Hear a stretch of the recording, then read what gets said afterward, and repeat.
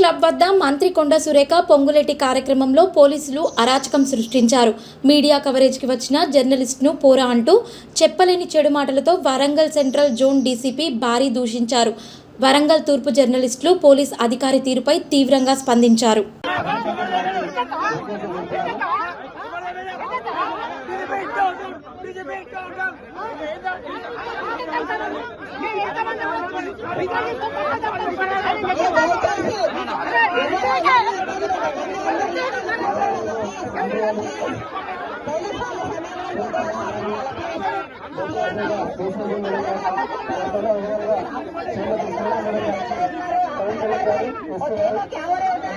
సీతక్క గారికి ఎస్సీ గారు కృష్ణరావు గారు